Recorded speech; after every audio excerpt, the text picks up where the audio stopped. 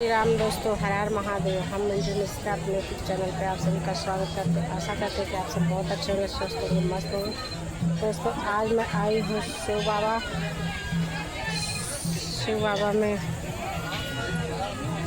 मेला लगा है बहुत तगड़े से। आप लोग देख सकते हैं कितना प्यारा प्यारा यहाँ पे सब कुछ मिल रहा है और भीड़ बहुत ज़्यादा लगी है। आप लोग देख सकते हैं आज यहाँ पे भीड़ बहुत तेज है शिव बाबा में। चला आगे।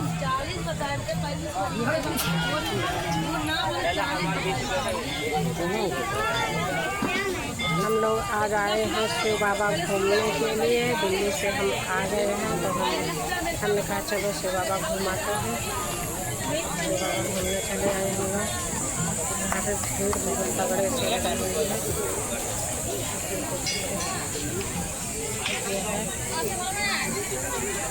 पेड़ जिसका परिक्रमा किया जाता है।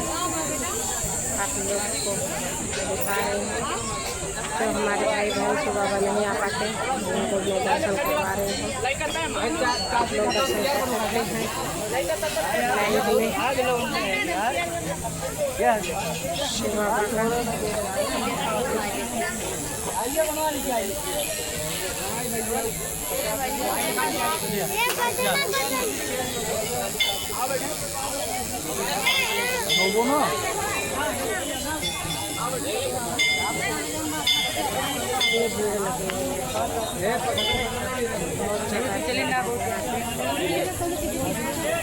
जगह। बनवा लीजिए, आइए।